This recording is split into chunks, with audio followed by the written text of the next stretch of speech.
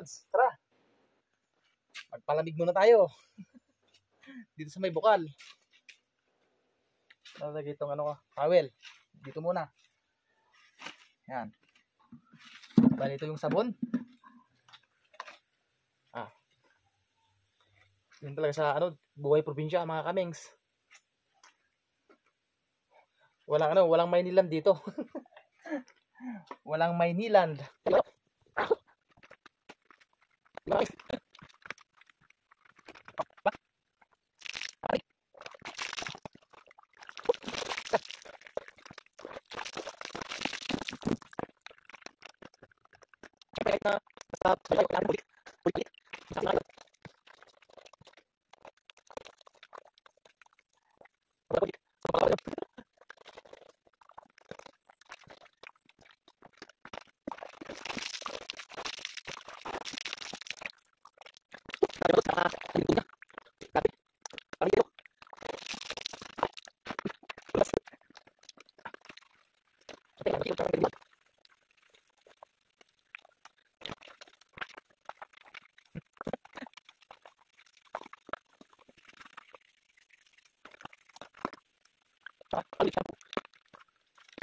Parang ayaw ko nang umuwi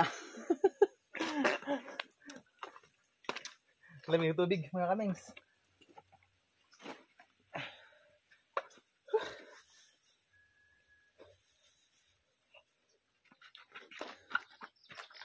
Bali ito papalis ako. Ayan. Sarap maligo. Napakalamig ng tubig. Yan siya mga kamings.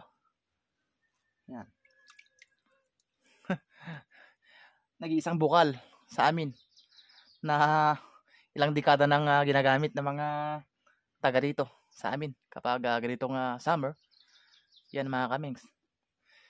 Ang tawag namin dito sa amin ay bakras. Yun yung popular name niya dito sa amin. Pag sinabi mong bakras kasi alam nila yung kung saan banda o location ng nung bukal na to. So bale dito kadalasan kapag ganito mainit ng panahon dito nililigo yung mga tao. Mga lods. Ganda kasi Kaso medyo marami ng sa loob. Ay sa paligid. Tulad dito mga tao.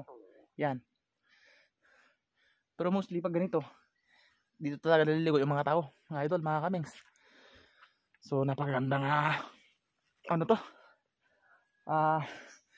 liguan.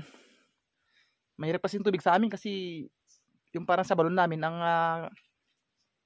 nasa 30 to 35 meters yung lalim ng balon po namin.